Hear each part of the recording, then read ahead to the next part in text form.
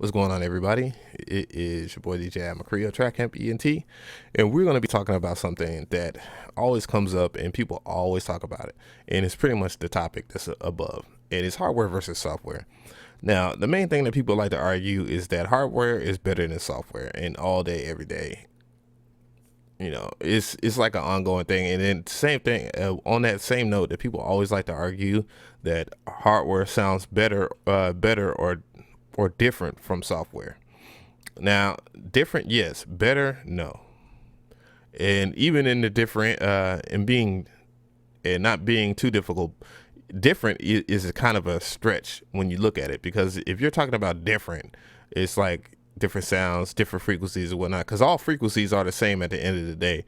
It's about how it is being fed or being used or translated upon each other. Because at the end of the day, if you're looking at something, and I just got to go back into the history of the history of the Kai of a Kai. I'm just going to use that, and basically all it is during the late 70s and 80s, a guy named Roger Lynn had came up with a drum machine called the MPC 60, I believe.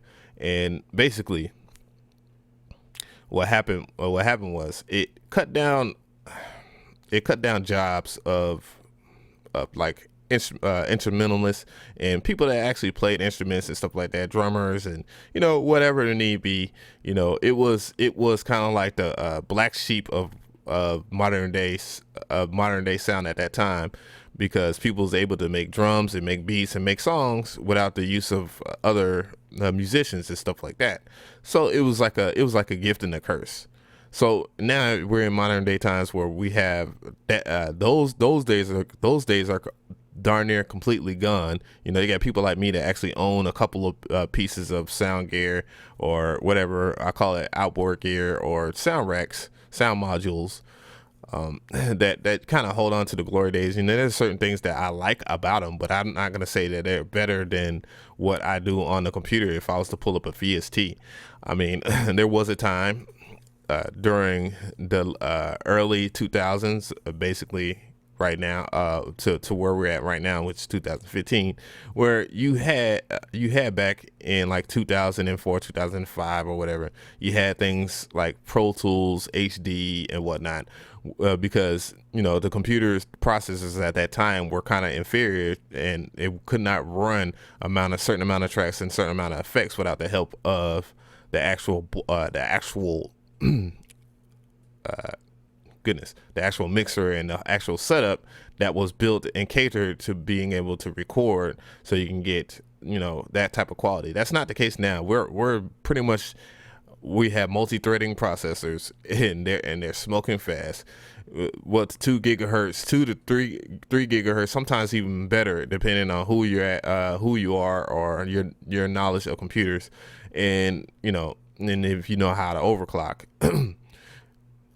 You can just walk in and buy HP at Best Buy right now for a Pentium M, and then you're gonna have a SSD, a hard drive, which is far better than any hard drive of any past, which is like 10 times faster at that.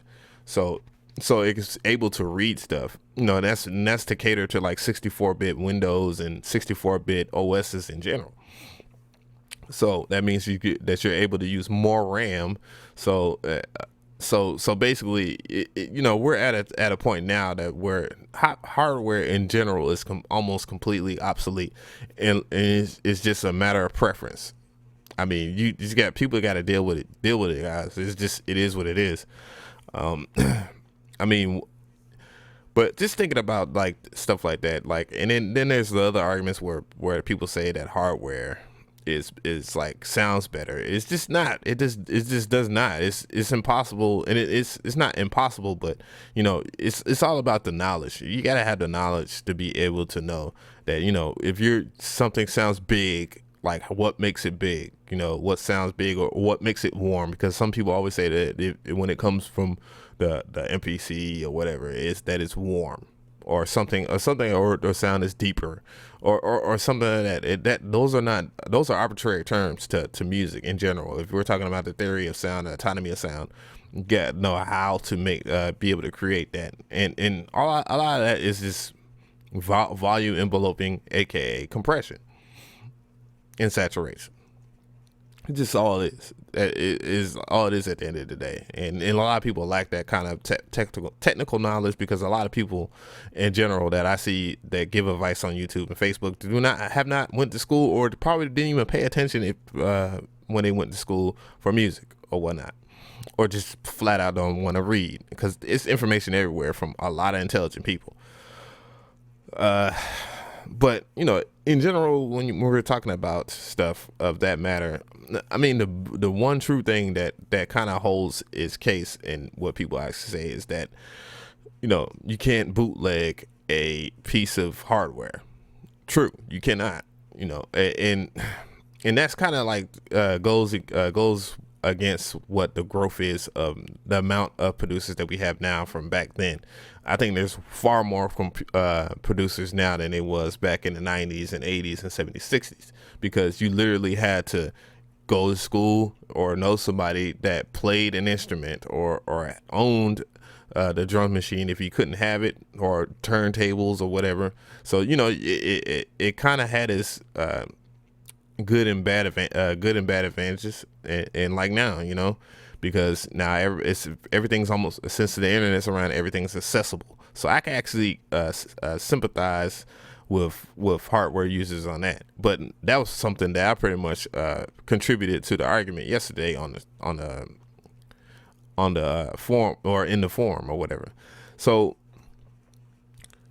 I mean, that is true, but I mean, looking past that, I mean, people are gonna steal. They're gonna steal. I mean, let's be real. It ain't like somebody wouldn't just hold you at gunpoint for a drum machine. But anyways, at large, hardware.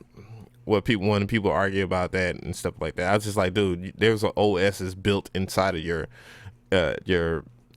your motif and all that. Like anything that you're using in hardware wise, it has microchips. It has a sound card. It has the OS in there to be able to operate it. That's why it has the LED screen. Duh. And in some cases, or not most cases, to be able to do certain things like multi timbering, you know what I'm saying, which most people don't even know what the heck that is. You had to increase the RAM inside of the machine sometimes, depending on the machine, And then on top of that, I mean, it's just really no true argument to even give to people that actually say the hardware is better than software, because they're gonna think what they think, and then you gotta give them the information.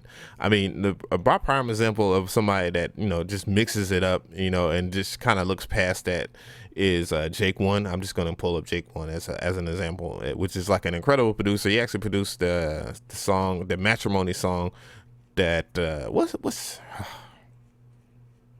I almost said.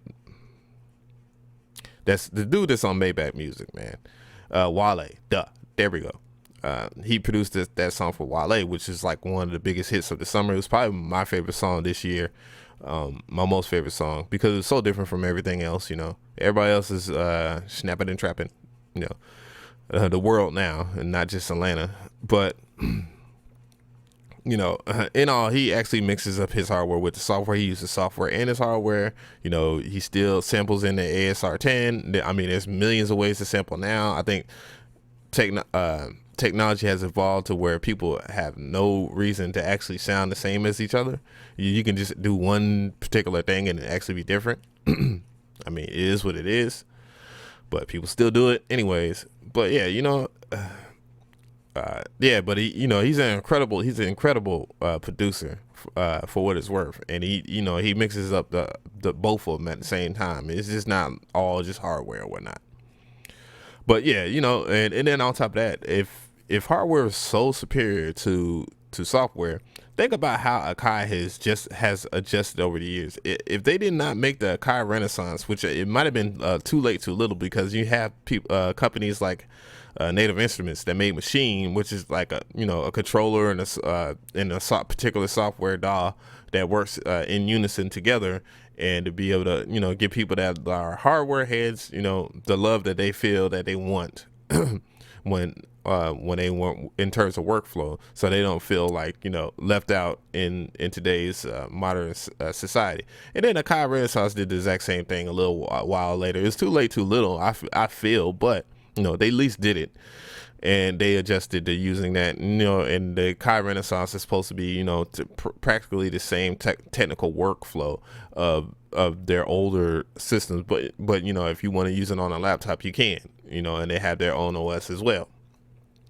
That's cool beans, because if Akai didn't adjust in general to what people's demands were and what society's demands were as far as dolls and using computers, that their company would be flat out dead if they didn't do MIDI keyboards and stuff like that. And their MIDI keyboards and MIDI controllers are pretty sensational.